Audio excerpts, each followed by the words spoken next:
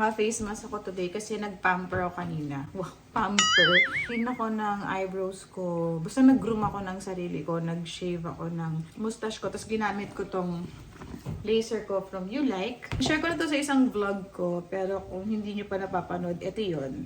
Ginagamit ko ngayon na hair laser na sobrang favorite ko talaga. Kasi meron ako lumang hair laser and ayun talaga may pain. Ito, malamig siya pag ginamit. Para kung nag-ice, para ka nagpapahid ng yellow sa face mo habang nag-laser. So, sobrang painless talaga niya. So, interested ka, nasa description box yung link. And check nyo na lang dun sa website kung how much siya today. Pero, I highly recommend it.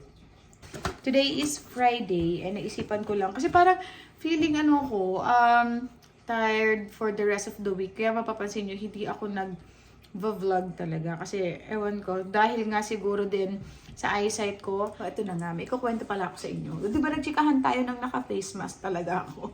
So ayun, kasi nga yung eyesight ko, pansin ko this past few weeks, lagi ako minimigraine, lagi sumasakit yung eyes ko, yung head ko banda sa eyes. So feeling ko it's about time para magpa-eye check-up na ako at magpagawa ng bagong eyeglasses. So, nung isang araw, grabe guys, hindi ko in-expect na ganito pala kamahal magpa-eye check-up dito. Kasi I remember sa Philippines, pag nagpapagawa ko ng eyeglasses, free na yung eye check-up. Dito, hindi. Separate pa yung eye check-up. Separate pa yung eyeglasses. And guess what? Kung magkano yung binayaran ko sa eye check-up? Tumataging na $173. And take note, meron akong coverage sa insurance ko, which is $35 lang. So, parang, ang liit ng coverage. Akala ko talaga, all throughout, 80% yung covered ng health card ko. Ayun pala, Diyos me, $35 lang. So, 173 less yung 35 na insurance. So, 138 yung binayaran ko. And, okay sana kung sulit. Pero kasi yung eye check-up nila dito, okay, parang in-scan yung eyes ko. Tapos pinaupo ako sa parang machine, yung usual na may nilagay. Tapos i-check nila yung, may lalagay sila na grado. Tapos kung malinaw ba daw, sabi malinaw ba? Is it good? Sabi ko, yes. So, okay na. Kabila naman malinaw. Sabi ko, medyo blurred. Pinalitan, okay, that's it. Ganun lang siya, girl. So, hindi ko talaga in-expect na parang, sabi ko parang nagulat ako kasi, isip-isip ko, ganito lang ba talaga? Kasi hindi ko alam. Kasi Pilipinas, talagang chine-check isa-isa lang. Tapos, ito pa, di ba normally pagka isa-isa, i-check pareho na kung okay ba yung grado. Sa akin hindi, tigi-isa lang. So, iniisip ko dun sa grado ko, pag together na kasi, parang minsan nakakalula, masyadong mataas. So, iniisip ko, hindi niya pina-check sa akin. Na-realize ko na lang pag alis ko, sabi ko, bakit hindi niya pina-check yung bago kong grado ng sabay? Diba? Tapos sa Pilipinas, naalala ko, meron tayo parang sinusuot na salamin. And then, iwawalk mo yun all throughout sa EO, sa own days. Parang, doon kasi ako madalas nagpapagawa, EO or own days. So yun, parang ilalakad ko yung salamin na yun, kung comfortable ka, tapos yun yung magiging grado. Dito wala. As in, for $138, parang 5 minutes lang ako chinek. So, yung pakiramdam ko para akong na-hold up, gano'n. Kasi hindi ko talaga in-expect, promise. Sa mga ganong services kasi, pag magbabayad ako ng 100 and above, parang gusto ko naman yung, alam mo yun, yung talagang service, talagang chinek. Pero parang ngayon, binigay nila yung grado ng mata ko. Hindi ako confident na gano'n nga yung grado. Kasi what if mapagastos lang ako, alam nyo naman dito na napakamahal magpagawa ng eyeglasses. So, gusto ko i-make sure na yung ipagagawa ko ng eyeglasses, exact talaga sa grado ng mata ko. Pero kung ganun lang na chinek, yung eyesight ko, parang, ewan ko, hindi ko alam. Pero, tatry ko, titingnan ako tomorrow. Maghanap na lang ako ng mura na eyeglasses dito. Yun yung napakahirap dito sa Canada. Hindi talaga, lalo na pag nakatira ka sa province like us. Kasi hindi siya easily available, yung mga ganitong services. Sa Pilipinas, yun talaga yung namimiss ko, guys. Yung mga ganyan, yung mga haircut, basta anything service, yung mga pedicure, manicure, or yung mga facial, like yan, eyeglasses. Sa atin, di ba, pa nag-mall ka, pwede ka na mag-walk-in, check na yung eyesight mo, free pa yon. Tapos, pili ka lang ng eyeglasses, and then like after 2 hours, pwede mong balikan, poof, tapos na. Dito, hindi. Appointment, tatawag ka kung may available for eye check-up, which is may bayad pa. Tapos, minsan hindi ka pa basta-basta makakabili ng eyeglasses dun sa ka nagpa-eye check-up kasi ang mamahal. Like, binigyan nila ako ng quote, Lens pa lang daw, $399. So, grabe. Lens pa lang yon. Wala pa yung pinaka-frame. So, yung mga frame nila, 300 din. So, parang aabot ng $600 para sa salamin. So, sabi ko, I know, I check up na lang po muna. Talaga napa-atras ako kasi hindi ko in-expect na ganun.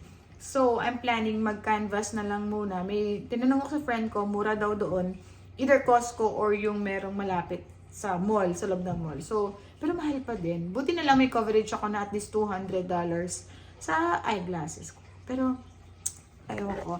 Alam nyo, after nun, pag uwi ko, parang nanlalambot talaga ako. Kasi I feel hold up, girl! Na-hold up talaga ako. Yung lungkot ko, parang buong araw akong tulala. Hindi ako makausap ni Daddy Leo. Kasi parang, alam mo yun, parang dami ko na pwede mabili sa $138. Tapos, well, siguro may mistake din. Hindi ako nagtanong or hindi ko kinonfirm. Kasi all through talaga akala ko 80% yung cover ng health card. Or regardless, hindi ko in-expect na aabot ng $173 ang eye check-up. Iniisip ko mga $80 lang. So, sabi ko, okay, siguro gabayad ako ng mga 40 to 50, that's fine. Pero yung 138 para sa 5 minutes na ginanon-ganon lang yung mata ko, hindi siya sulit, girl. Or anyways, girl, wag na natin balikan ang mapuot na nakaraan. Kasi baka mamaya matulala na naman ako dito. Iiyak na naman ako sa tawa na dito. Nabudol talaga ako, literally nabudol. Well, anyways, magluluto na ako. So, magluto tayo ng sinigang na hipon habang tulog si Elio. Simulan ko na kasi baka magising pa. Hipon, binibili ko to sa Costco and ang dami niya, so hina-half ko siya. Yung isa, last week, naluto ko na. So, ngayon, lutuin natin yung half. Pero, lilinisin ko pa to kasi hindi pa siya linis.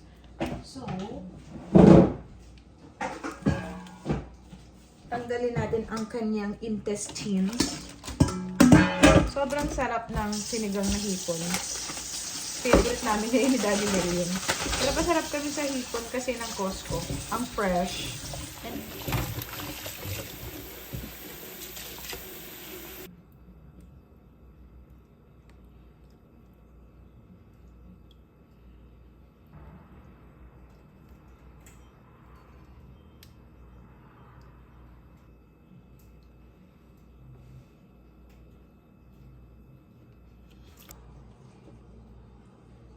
baliktad, sorry. Ang labo kasi na mata ko, wala akong eyeglasses, kaya talaga nakaganon ako, guys.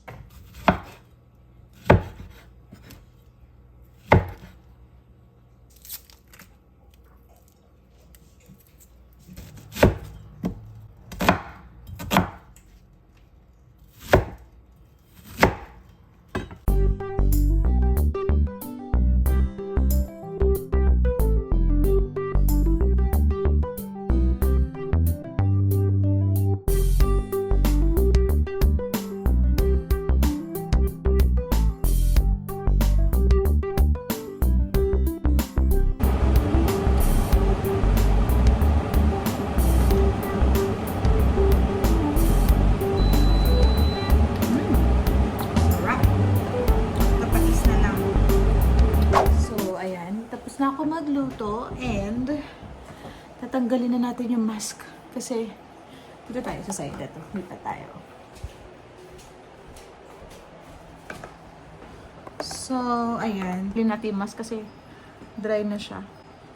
So, o, diba? Nakapag-groom na ako ng aking kailangan ko ng sunblock.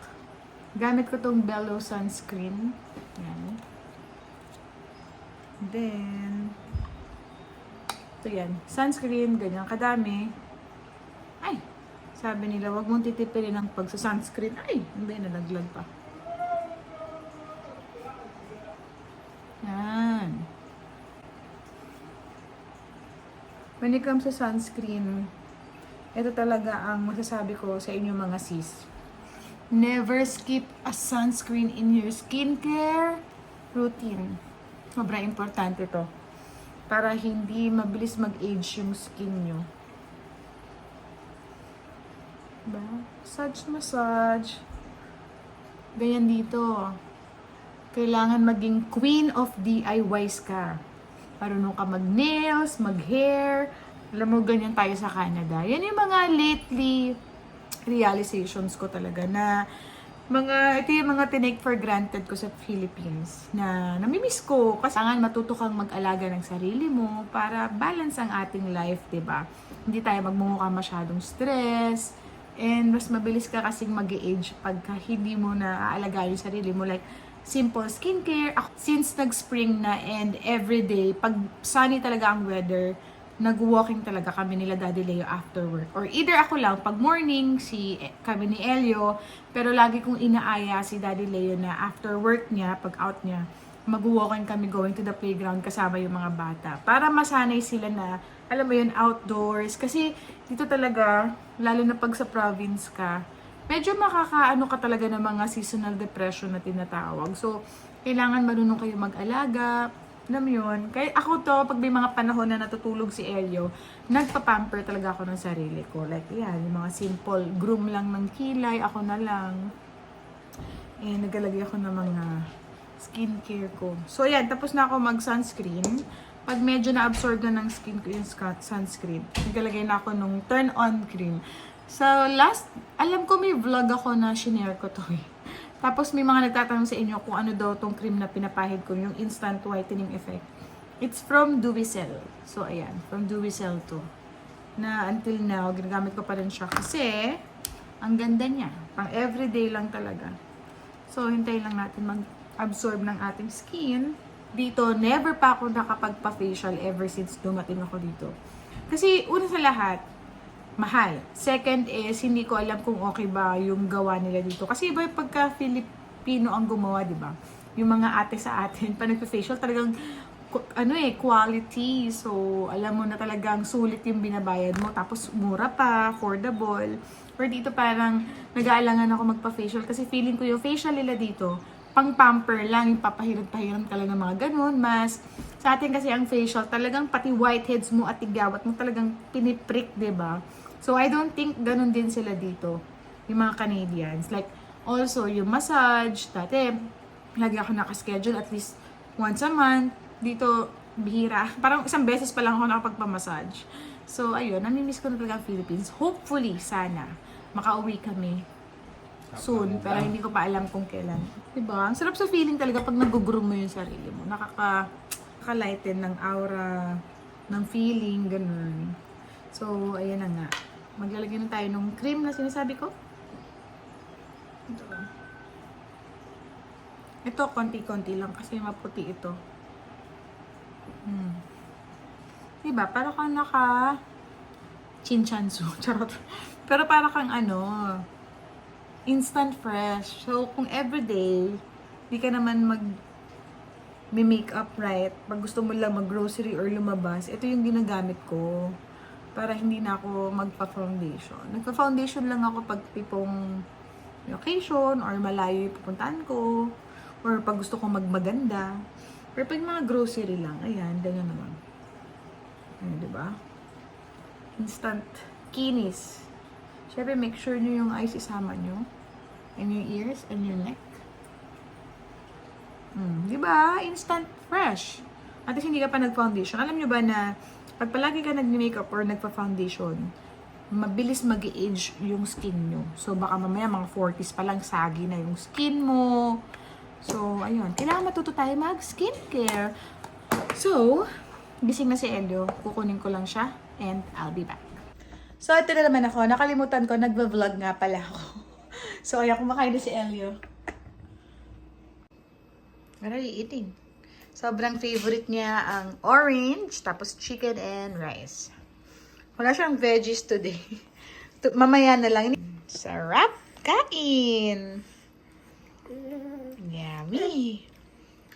Look outside, so sunny. Ganda na ng panahon. Pakita ko sa inyo. Ang sarap lumabas. May konting hangin pero mainit. So, diba? Ganda na ng panahon.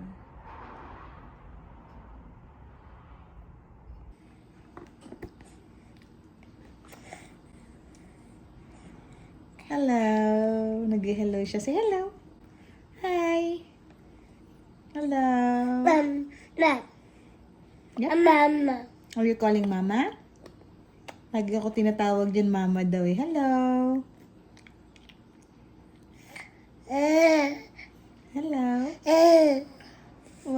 That's you. That's you in the camera. Artista ka na kasi nasa camera ikaw, oh. Hello, guys. Say that's me. Hello. Hello, come on. Say hello ka muna. Hello. Oops. Hello. Hello. Come on, say hello. Hello. Hello. La la la la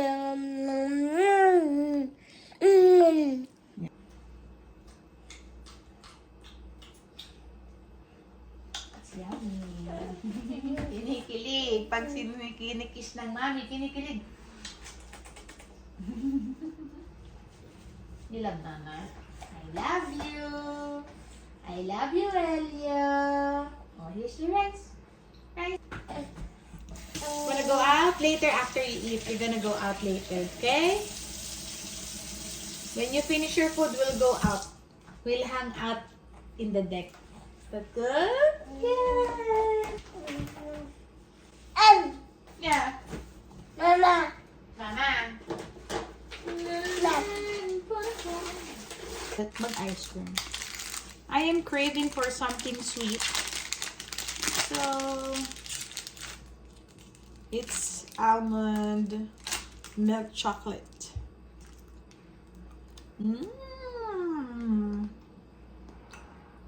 Right?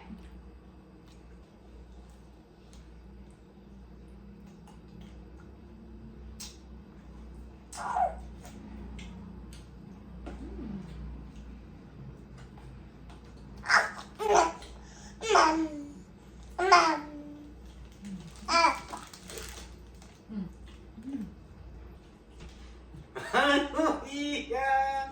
Ano yan? Ano yan? Torture mo ba siya? Ha? Sabi niya, aba. So, yan. Out na si Zaddy Leo. Kami ay mag-walking. So, yun yung nabili naming bagong bike. Ay, mag-walking lang kami papunta sa playground. And ito yung everyday namin na routine after work ni Daddy Leo. Pag ganyan kaaraw ha, yung panahon. Nag-walking kami. And tinatrack ko yung walk ko. So, as of now, meron ako 2,380. Tingnan natin by the end of the day kung ilan ang ating steps. Come on. Yeah, control your bike. Don't be afraid.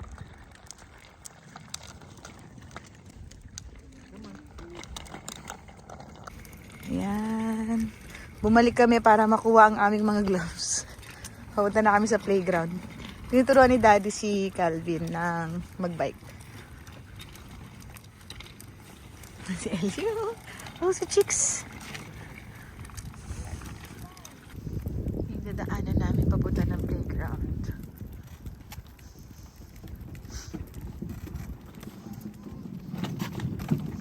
Nakakatuwa nga kasi natututo na si Calvin magbike. Ayan. Si Calvin, hindi siya marunong magbike. Parang nilabas namin parang mga 1 week na namin siyang nilabas. And then yun, nasasanay na siya magbike. So ako, tulak-tulak ko lang si Elio. Hi, Elio! Hello! Hello, kitty pie! Pagtawid lang to ng street namin.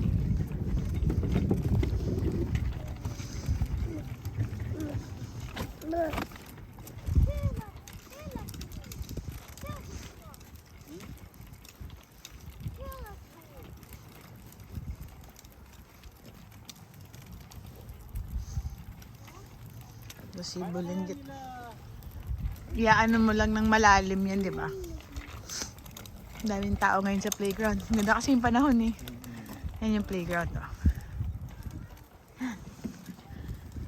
We're gonna go out for a walk. What's with that face? What's with that face? Parang nagulat si Elio. Gaganda ng bahay dito. Pare-pareho.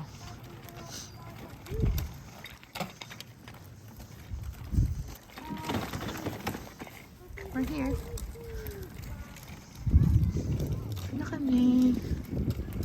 the playground. So, ang ginagawa ko, ikot lang ako na ikot dyan hanggang maka 5,000 steps ako. Yan. Ikot lang ako na ikot dito. Yan.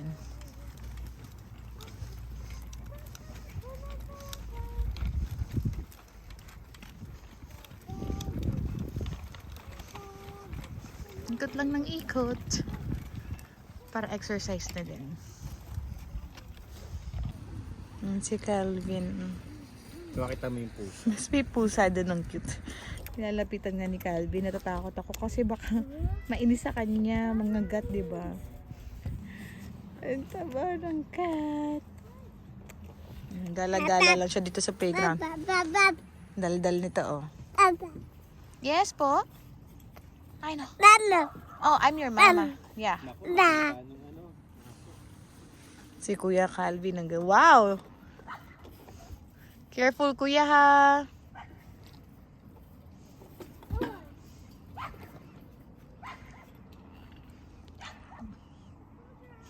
Are you looking for the cat? Nahanap niya yung pusa. I'm going to see a cat. It's there. But you don't touch the cat, please. Let's see a cat.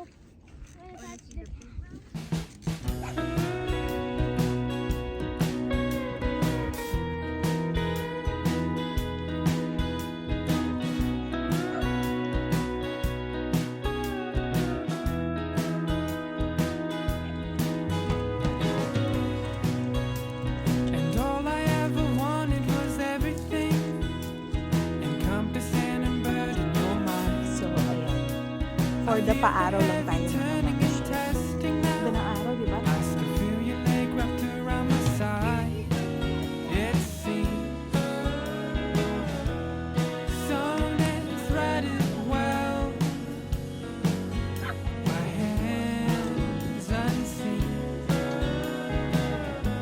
I wish that I could show you how.